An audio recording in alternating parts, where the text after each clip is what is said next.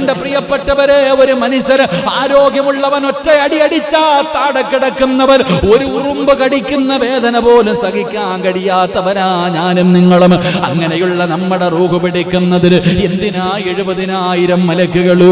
എന്റെ പ്രിയപ്പെട്ട മുസ്ലിമേ, അല്ലാഹു നമ്മുടെ മരണവേദന കുറച്ചു തരുമാറാകട്ടെ. അല്ലാഹു മരണസമയത്ത് നമ്മളോട് കരുണ കാണിക്കണേ അല്ലാ. അസൂയ വെക്കുന്ന മനുഷ്യ, നിന്റെ മരണവേദന കഠിനമാ, നിന്റെ അവസാനത്തെ വേദന വല്ലാത്ത കഠിനമാ. അബൂ ഹുറൈറ തങ്ങൾ പറയുകയാണ്, പടച്ചവനെ നീ നരകത്തിലേക്ക് അടുക്കുകയാണ്. അസൂയ വെക്കുന്നതിലൂടെ വിറക് തീയ വിറക് തിന്നുന്നത് പോലെ നിന്റെ നന്മകളെ തിന്ന് നിന്നെ നരകത്തിലെത്തിക്കുമെന്ന് മുത്തുനബി പറഞ്ഞത് വെറുതെയല്ല. എന്റെ പ്രിയപ്പെട്ട സഹോദരാ, നീ നരകത്തിലേക്ക് അടുക്കുകയാണ്. അല്ലാഹു മറ്റൊരു മനുഷ്യന് കൊടുത്ത അനുഗ്രഹം കണ്ടിട്ട് അവിടെ നിന്ന് അസൂയയും കുശുമ്പുമായി നടക്കുന്ന നീ നരകത്തിലേക്ക് അടുക്കുകയാണ്. റസൂലുള്ളാഹി പറയുന്ന സ്വർഗത്തിൽ നിന്ന് വിദൂരമാവുകയാ, അല്ലാഹുവിന്റെ സ്വർഗത്തിൽ നിന്ന് വിദൂരമാവുകയാണ്, നരകത്തിലേക്ക് അടുക്കുകയാണ്. അവിടെ നിന്ന് പ്രവാചകൻ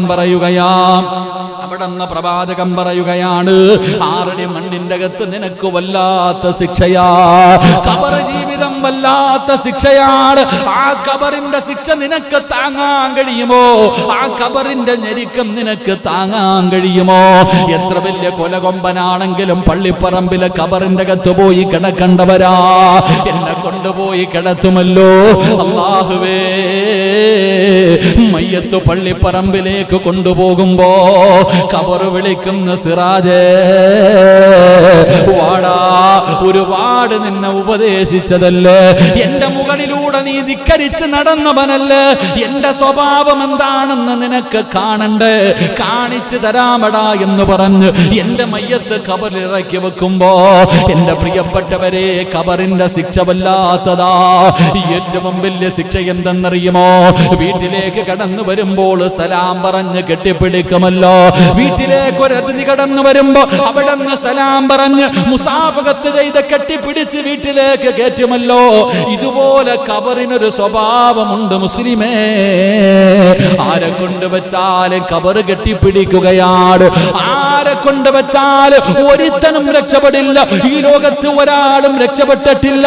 അല്ലാഹുവിന്റെ പ്രവാചകനാണ് പറഞ്ഞത്, ലോകത്തിന്റെ പ്രവാചകനാ പറഞ്ഞത്, ഖബറിന്റെ ഞെരുക്കത്തിൽ നിന്ന് ഒരേ ഒരു പെണ്ണ് മാത്രമേ രക്ഷപ്പെട്ടിട്ടുള്ളൂ.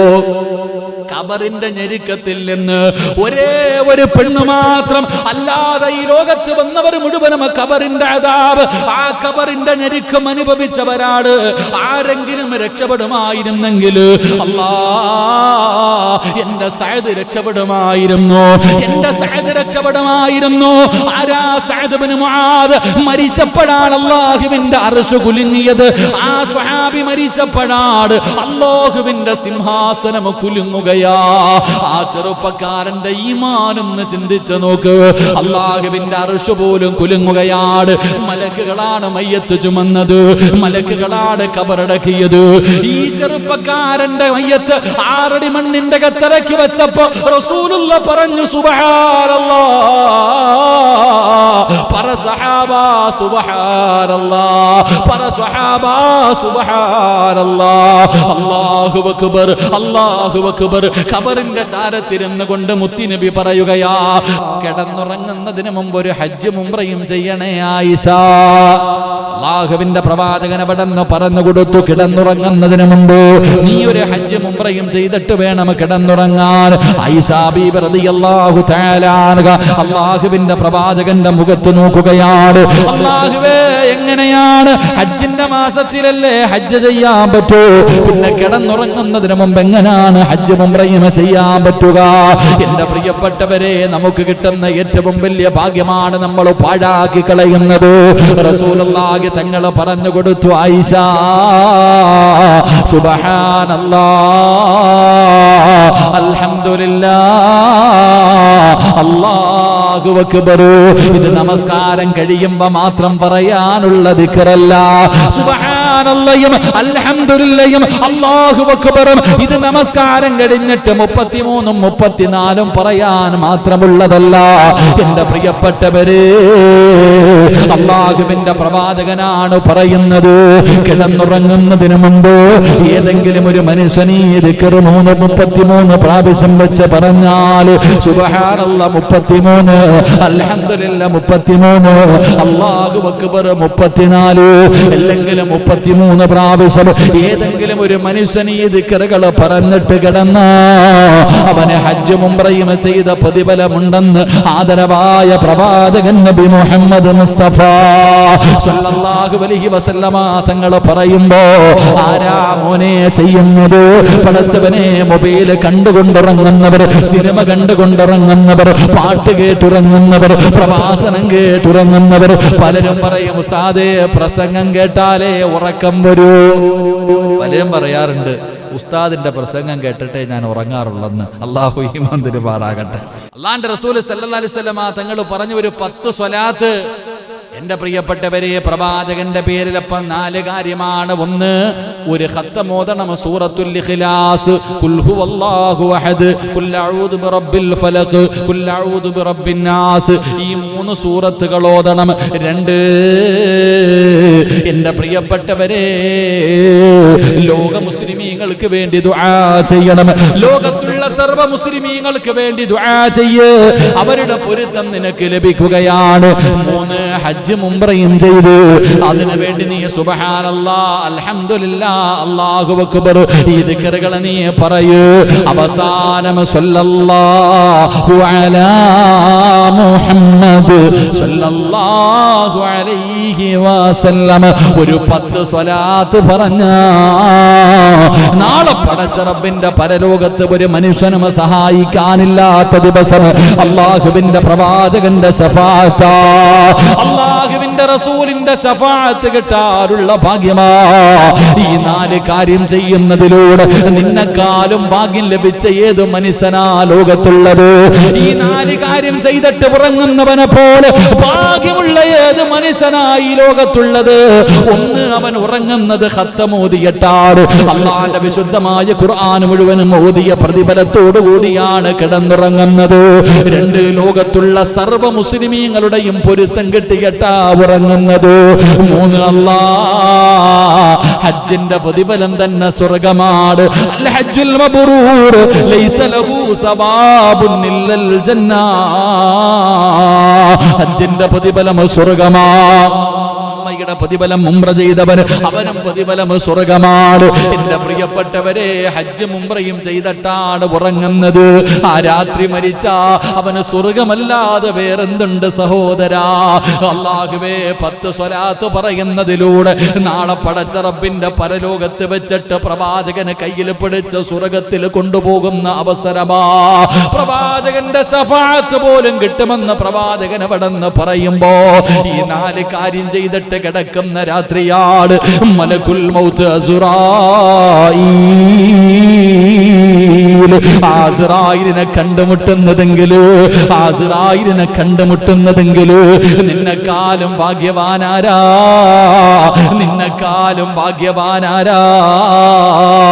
പക്ഷേ ഒരു കാര്യം കൂടെ ചെയ്തിട്ട് കിടന്നുറങ്ങണേ. ഓരോ രാത്രിയും കിടന്നുറങ്ങുന്നതിന് മുമ്പ് നിങ്ങൾ ചെയ്യേണ്ട ഒരു കാര്യം എന്തെന്നറിയുമോ? ഒന്നുകൂടി മരിക്കലേറ്റം മെച്ചമാ. ജിബ്രീൽ വരുമെന്നും ഹദീസിൽ സ്പഷ്ടമാ. ഏതെങ്കിലും ഒരു മനുഷ്യൻ ഒന്നുകൂടിയാണ് മരിക്കുന്നതെങ്കിൽ അവന്റെ റൂഹ് പിടിക്കുമ്പോ ഒരു അതിഥി വരും. ചെറുപ്പക്കാരാ, എന്റെ പ്രിയപ്പെട്ട വാപ്പാ, ഒന്നുവെടുത്തിട്ട് കിടന്നുറങ്ങുവാപ്പാ.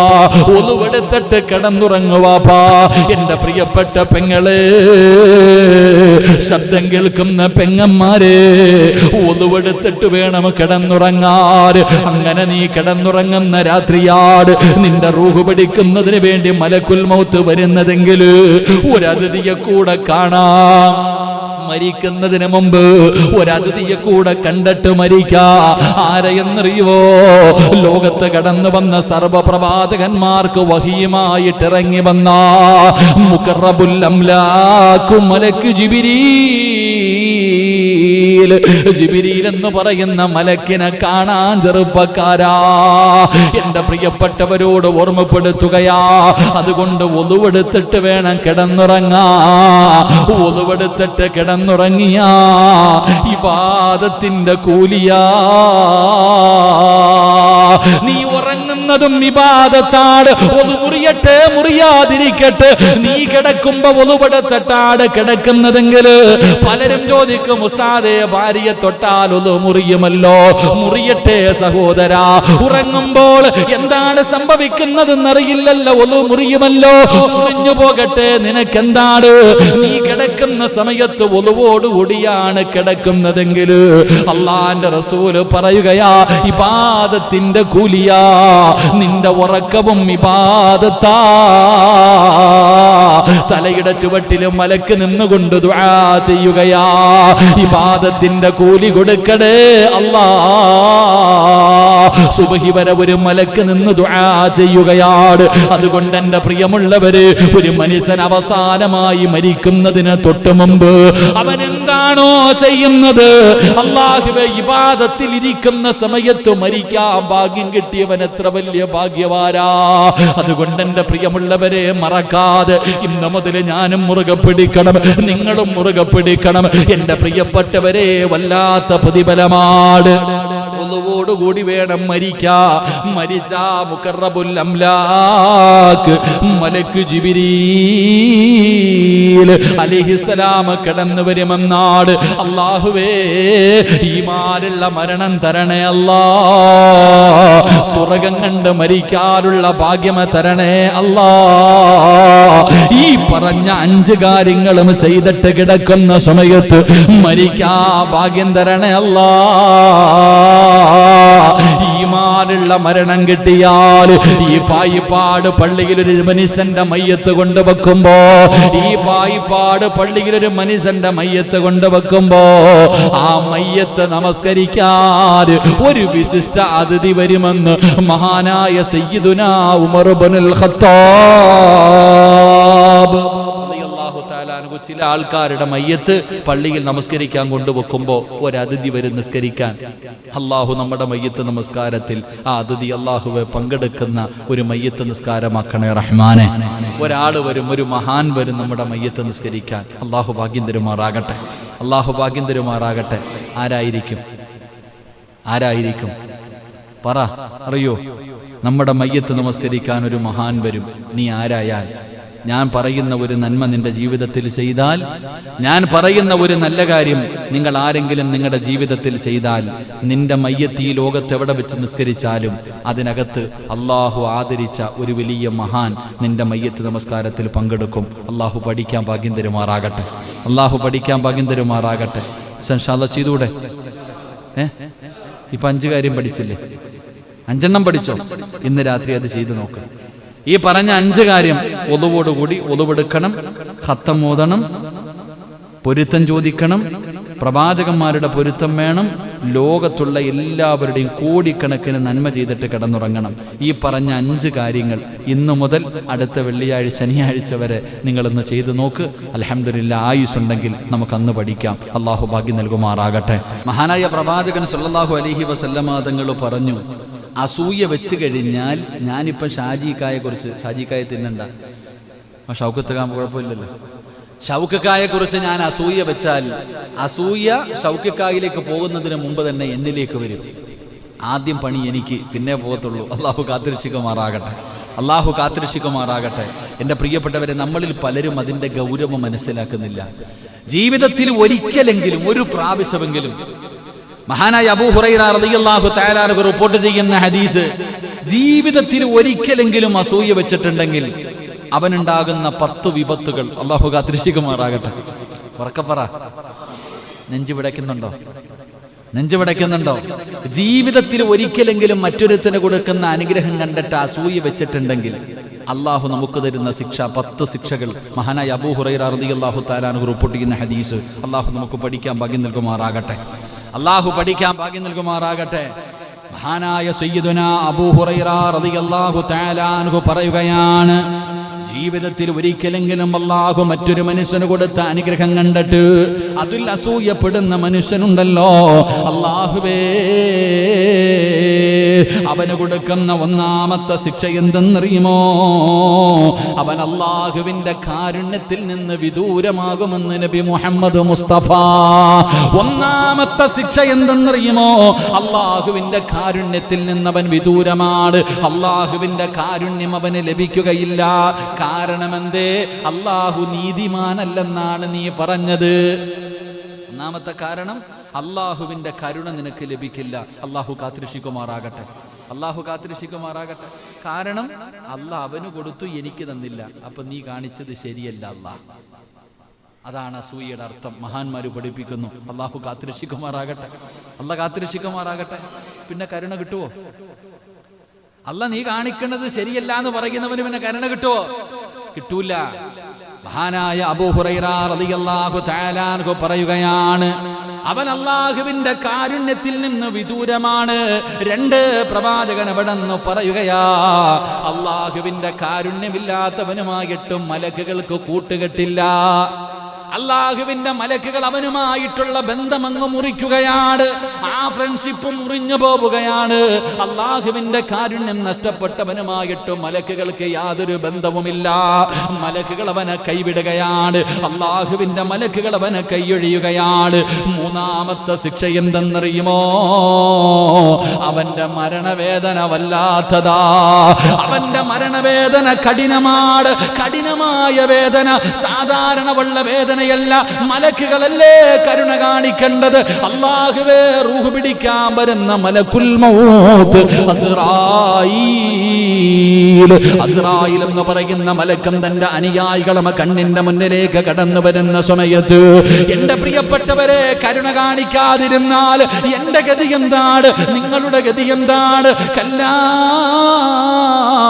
ഇദാ ബലഗതി ത്വറാഖിയ വകീല മൻ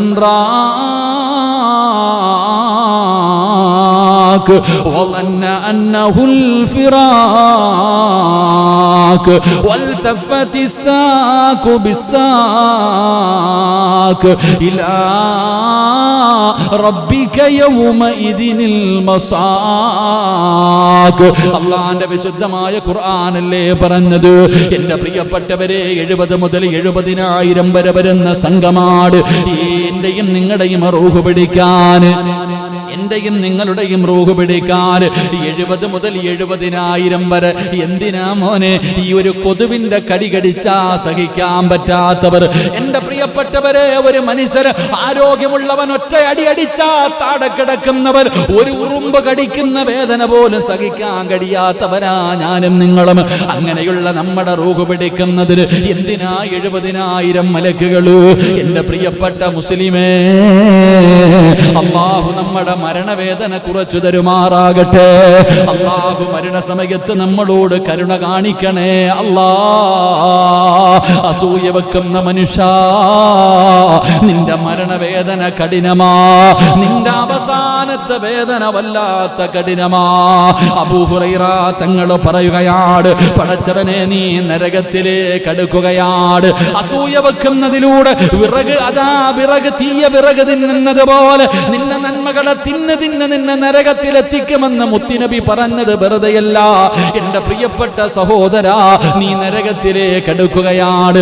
അല്ലാഹു മറ്റൊരു മനുഷ്യന് കൊടുത്ത അനുഗ്രഹം കണ്ടിട്ട് അവിടെ നിന്ന് അസൂയയും കുശുമ്പുമായി നടക്കുന്ന നീ നരകത്തിലേക്ക് അടുക്കുകയാണ്. റസൂലുള്ളാഹി പറയുന്ന സ്വർഗത്തിൽ നിന്ന് വിദൂരമാവുകയാ. അല്ലാഹുവിന്റെ സ്വർഗത്തിൽ നിന്ന് വിദൂരമാവുകയാണ്, നരകത്തിലേക്ക് അടുക്കുകയാണ്. അവിടെ നിന്ന് പ്രവാചകൻ പറയുകയാണ്, 6 അടി മണ്ണിന്റെ അകത്ത് നിനക്ക് വല്ലാത്ത ശിക്ഷയാ. ഖബർ ജീവിതം വല്ലാത്ത വല്ലാത്ത ശിക്ഷയാണ്. ആ ഖബറിന്റെ ശിക്ഷ നിനക്ക് താങ്ങാൻ കഴിയുമോ? ആ ഖബറിന്റെ ഞെരുക്കം നിനക്ക് താങ്ങാൻ കഴിയുമോ? എത്ര വലിയ കൊലകൊമ്പനാണെങ്കിലും പള്ളിപ്പറമ്പിലെ ഖബറിന്റെ അകത്ത് പോയി കിടക്കണ്ടവരാ. എന്നെ കൊണ്ടുപോയി കിടത്തുമല്ലോ അല്ലാഹുവേ. മയ്യത്ത് പള്ളിപ്പറമ്പിലേക്ക് കൊണ്ടുപോകുമ്പോ ഖബർ വിളിക്കുന്ന സിറാജേ വാടാ, ഒരുപാട് നിന്നെ ഉപദേശിച്ചതല്ലേ, എന്റെ മുകളിലൂടെ നീ ധിക്കരിച്ച് നടന്നവനല്ലേ, എന്റെ സ്വഭാവം എന്താണെന്ന് നിനക്ക് കാണണ്ടേ, കാണിച്ചു തരാമടാ എന്ന് പറഞ്ഞ് എന്റെ മയ്യത്ത് ഖബറിൽ ഇറക്കി വെക്കുമ്പോ എന്റെ പ്രിയപ്പെട്ടവരെ, ഖബറിന്റെ ശിക്ഷ വല്ലാത്തതാ. ഏറ്റവും വലിയ ശിക്ഷ എന്തെന്നറിയുമോ? വീട്ടിലേക്ക് കടന്നു വരുമ്പോൾ സലാം പറഞ്ഞ് കെട്ടിപ്പിടിക്കുമല്ലോ. വീട്ടിലേക്ക് ഒരു അതിഥി കടന്നു വരുമ്പോ അവിടെ നിന്ന് സലാം പറഞ്ഞ് മുസാഫഹത്ത് ചെയ്ത് കെട്ടിപ്പിടിച്ച് വീട്ടിലേക്ക് കയറ്റുമല്ലോ. ഇതുപോലെ ഖബറിനൊരു സ്വഭാവമുണ്ട് മുസ്ലിമേ. ആരെ കൊണ്ട് വെച്ചാലും ഖബർ കെട്ടിപ്പിടിക്കുകയാണ്. ആരെ കൊണ്ട് വെച്ചാൽ ഒരുത്തനും രക്ഷപ്പെടില്ല. ഈ ലോകത്ത് ഒരാളും രക്ഷപ്പെട്ടിട്ടില്ല. അല്ലാഹുവിന്റെ പ്രവാചകനാണ് പറഞ്ഞത്, ലോകത്തിന്റെ പ്രവാചകനാ പറഞ്ഞത്, ഖബറിന്റെ ഞെരുക്കത്തിൽ നിന്ന് ഒരേ ഒരു പെണ്ണ് മാത്രമേ രക്ഷപ്പെട്ടിട്ടുള്ളൂ. ഖബറിന്റെ ഞെരുക്കത്തിൽ നിന്ന് ഒരേ ഒരു പെണ്ണ് മാത്രം, അല്ലാതെ ഈ ലോകത്ത് വന്നവർ മുഴുവനും ഖബറിന്റെ അദാബ്, ആ ഖബറിന്റെ ഞെരുക്കം അനുഭവിച്ചവരാണ്. ആരെങ്കിലും രക്ഷപ്പെടുമായിരുന്നെങ്കിൽ അല്ലാ, എന്റെ സഅദ് രക്ഷപ്പെടുമായിരുന്നു, എന്റെ സഅദ് രക്ഷപ്പെടുമായിരുന്നു. ആരാ? സഅദ് ഇബ്നു മുആദ് മരിച്ചപ്പോഴാണ് അല്ലാഹുവിന്റെ അർശ് കുലുങ്ങിയത്. ആ സ്വഹാബി മരിച്ചപ്പോഴാണ് അല്ലാഹുവിന്റെ സിംഹാസനം കുലുങ്ങുകയാ.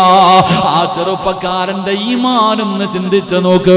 അല്ലാഹുവിന്റെ അർശ് പോലും കുലുങ്ങുകയാണ്. മലക്കുകളാണ് മയ്യത്ത് ചുമന്നത്, മലക്കുകളാണ് ഖബറടക്കിയത്. ഈ ചെറുപ്പക്കാരന്റെ മയ്യത്ത് 6 അടി മണ്ണിന്റെ അകത്തിറക്കി വെച്ചപ്പോ റസൂലുള്ള പറഞ്ഞു സുബ്ഹാനല്ലാഹ്,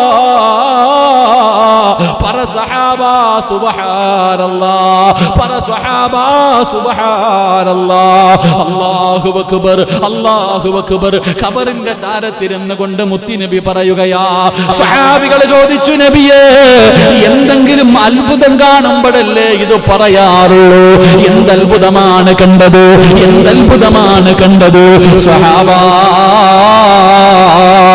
ആരെങ്കിലും ഖബറിന്റെ ഞെരുക്കത്തിൽ നിന്ന്, ഖബറിന്റെ ഞെരുക്കത്തിൽ നിന്ന് ആരെങ്കിലും രക്ഷപ്പെടുമായിരുന്നെങ്കിൽ സഅദ് ഇബ്നു മുആദ് രക്ഷപ്പെടുമായിരുന്നു എന്ന് ആദരവായ പ്രവാചകൻ നബി മുഹമ്മദ് മുസ്തഫ. ഖബറിന്റെ അകത്ത് കൊണ്ട് വീട്ടിൽ ഒരാൾ വരുമ്പോ എന്ത് ചെയ്യും? സലാം പറയും, അൽഹംദുലില്ലാഹ്. കേറിയ ഉടനെ മുസാഫഹത്ത് ചെയ്യും, കെട്ടിയൊരു പിടുത്തം ഇല്ലേ? ഇപ്പൊ പിടിക്കത്തില്ല, അല്ലാഹു ഈമാനാകട്ടെ. ഇപ്പൊ പിടിക്കത്തില്ല. പക്ഷെ അങ്ങനെ പഴയ ആൾക്കാരൊക്കെ വീട്ടിലെ ആൾ വന്നാൽ മുസാഫഹത്ത് ചെയ്യും, കെട്ടിപ്പിടിക്കും. കാരണം അതിലൂടെ പാപങ്ങൾ പൊറുക്കും, മനസ്സുകൾ അടുക്കും. അല്ലാഹു ഭാഗ്യം തരുമാറാകട്ടെ. ഇപ്പൊ മുസാഫഹത്ത് ചെയ്യുന്നത് ഇങ്ങനെ, വിരൽ മാത്രം ഇങ്ങനെ. ഇപ്പൊ ഇങ്ങനെയൊക്കെ ആൾക്കാർ മുസാഫഹത്ത് ചെയ്യുന്നത്. എന്റെ പ്രിയപ്പെട്ട സഹോദരങ്ങളെ, അപ്പൊ ഖബറിന്റെ സ്വഭാവം എന്താ? ഖബറിന്റെ അകത്തൊരു മനുഷ്യനെ കൊണ്ടുവച്ച ഖബർ കെട്ടി അങ്ങോട്ട് പിടിക്കും. ഈ 6 അടി മണ്ണിന്റെ കുഴി ഇങ്ങനെ അടുത്തോട്ട് വരും, 2 ഭാഗത്ത് നിന്ന് അടുത്തേക്ക് വരും. ഈ എല്ല് ഇപ്പുറത്ത് വാരി എല്ലുകൾ കോർക്കുന്ന രീതിയിൽ ഞെരുക്കും. അള്ളാഹു കാത്തുരക്ഷിക്കുമാറാകട്ടെ. ആരെങ്കിലും രക്ഷപ്പെട്ടിട്ടുണ്ടോ? ആ ഖബറിന്റെ ഞെരുക്കത്തിൽ നിന്ന് ലോകത്ത് ഒരേ ഒരു പെണ്ണ് മാത്രമേ രക്ഷപ്പെട്ടിട്ടുള്ളൂ. അള്ളാഹു ഈമാൻ തരുമാറാകട്ടെ. ആരാ?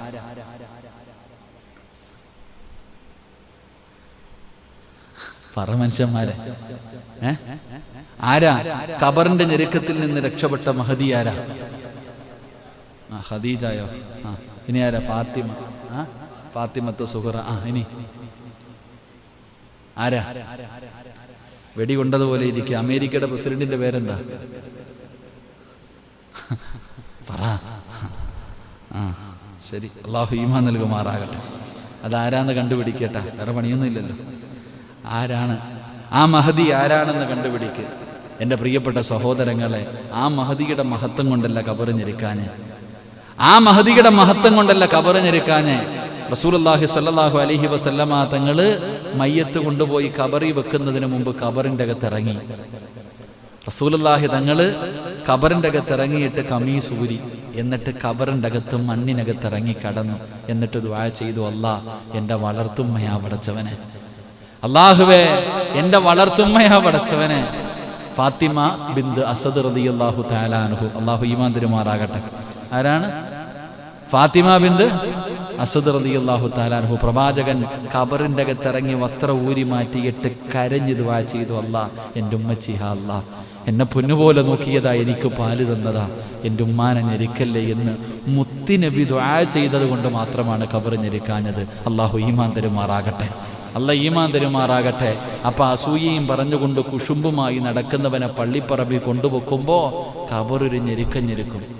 അല്ലാഹു കാത്തുരക്ഷിക്കുമാറാകട്ടെ, അല്ലാഹ് കാത്തുരക്ഷിക്കുമാറാകട്ടെ. എൻ്റെ പ്രിയമുള്ള സഹോദരങ്ങളെ, അവിടെ നിന്ന് പറയുകയാണ്, അതാ അസൂയ വെക്കുന്ന ഒരു മനുഷ്യനുണ്ടാകുന്ന 10 ശിക്ഷകളാണ് എണ്ണി പറയുന്നത്. ഒന്നാമതായിട്ട് അവിടെ നിന്ന് പറഞ്ഞു, അവൻ അള്ളാഹുവിൻ്റെ കാരുണ്യത്തിൽ നിന്ന് വിദൂരമാവുകയാണ്. 2 മലക്കുകൾ അവനുമായിട്ടുള്ള ബന്ധം അവിടെ നിന്ന് മുറിക്കുകയാണ്. 3 അവൻ്റെ മരണവേദന വല്ലാതെ കാഠിന്യമാവുകയാണ്. 4 അവൻ നരകത്തിലേക്ക് അടുക്കുകയാണ്. 5 അവന് സ്വർഗത്തിൽ നിന്ന് വിദൂരമാവുകയാണ്. 6 അവൻ്റെ ഖബറിൻ്റെ അകത്ത് വല്ലാത്ത ശിക്ഷയാ. 7ാമത്തെ കാര്യം എന്തെന്നറിയുമോ? എൻ്റെ പ്രിയപ്പെട്ടവരെ, നിസാരമായ കാര്യമല്ല. മഹാനായ പ്രവാചകൻ നബി മുഹമ്മദ് മുസ്തഫ സല്ലല്ലാഹു അലൈഹി വസല്ലമ തങ്ങൾ സഹാബത്തിന്റെ കൂടെ ഒരിക്കൽ ഇങ്ങനെ ഖബർസാനിലൂടെ നടന്നു പോകുമ്പോ, ഒരു സ്ഥലത്തു കൂടെ നടന്നു പോകുമ്പോൾ ഖബർ കാണുകയാ. പ്രവാചകൻ പറഞ്ഞു, സ്വഹാബാ, ആ ഖബറിന്റെ മുകളിൽ ഒരു കമ്പെങ്കിലും ഒന്ന് കുത്തിവെക്ക് സഹാബാ. എന്തെങ്കിലും ഒരു ചെടിയെങ്കിലും, ഒരു കമ്പെങ്കിലും ആ ഖബറിന്റെ മുകളിൽ കുത്തിവെക്ക്. അല്ലാഹു ആ മനുഷ്യനോട് കരുണ കാണിക്കട്ടെ. അവർ 2 പേരും ഖബറിന്റെ അകത്ത് വല്ലാത്ത ശിക്ഷ അനുഭവിച്ചു കൊണ്ടിരിക്കുകയാണ്. 2 ഖബറാളികളും ഖബറിന്റെ അകത്ത് വലിയ ശിക്ഷ അനുഭവിച്ചു കൊണ്ടിരിക്കുകയാണ്. എന്തിന്റെ പേരിലാണ് നബിയെ? നിസാരമായി തള്ളിക്കളഞ്ഞ 2 പാപത്തിന്റെ പേരിലാ. റസൂലുള്ളാഹി തങ്ങൾ ഖബറിന്റെ ചാരത്ത് കൂടെ പോകുമ്പോ 2 ഖബറിന്റെ അകത്ത് അദാബ് നടക്കുന്നത് കണ്ടിട്ട് റസൂലുള്ളാഹി തങ്ങൾ പറയുകയാണ്, എന്തേ കാരണമെന്നറിയുമോ? ഖബറിന്റെ മുകളിൽ ചെടി നട്ട് വെക്കുന്നത് വെറുതെയല്ല. അല്ലാഹുവേ, ഖബറിന്റെ മുകളിൽ നിൽക്കുന്ന ചെടി വെട്ടി മുറിച്ച് കളയാൻ പാടില്ല. എൻ്റെ പ്രിയപ്പെട്ടവരെ, ആ വേരിങ്ങനെ മനുഷ്യന്റെ ഖബറിന്റെ അകത്തേക്ക് ആഴ്ന്നിറങ്ങുമ്പോ അതിന്റെ ഇലകൾക്ക് പകരം അല്ലാഹു പാപം പുറത്തു കൊടുക്കുകയാണ്, കരുണ കാണിക്കുകയാണ്. ആ മനുഷ്യന്റെ ഖബറിന്റെ മുകളിൽ ഇരിക്കുന്ന ചെടിയുടെ പേരിൽ അല്ലാഹു ആ മനുഷ്യന് പുറത്തു കൊടുക്കുമെന്ന് വെറുതെ പറഞ്ഞു തന്നതല്ല. റസൂലുള്ളാഹി പറയുന്നു, സ്വഹാബാ, 2 തെറ്റുകൾ ചെയ്തതിന്റെ പേരിലാണ് ജനങ്ങളത് നിസാരമായി കാണുന്ന തെറ്റുകൾ. അല്ലാഹു നമുക്ക് ഈമാൻ നൽകുമാറാകട്ടെ. ആ തെറ്റുകൾ സൂക്ഷിക്കാൻ അല്ലാഹു ഭാഗ്യം നൽകുമാറാകട്ടെ. ഖബർ ശിക്ഷ നടക്കുന്നത് 2 പാപം ചെയ്തതിന്റെ പേരിൽ. പക്ഷേ ജനങ്ങൾ അത് നിസാരമായിട്ട് കാണും. അല്ലാഹു കാത്തുരക്ഷിക്കുമാറാകട്ടെ, അല്ലാഹു കാത്തുരക്ഷിക്കുമാറാകട്ടെ. ഏതാ 2 പാപം എന്നറിയോ?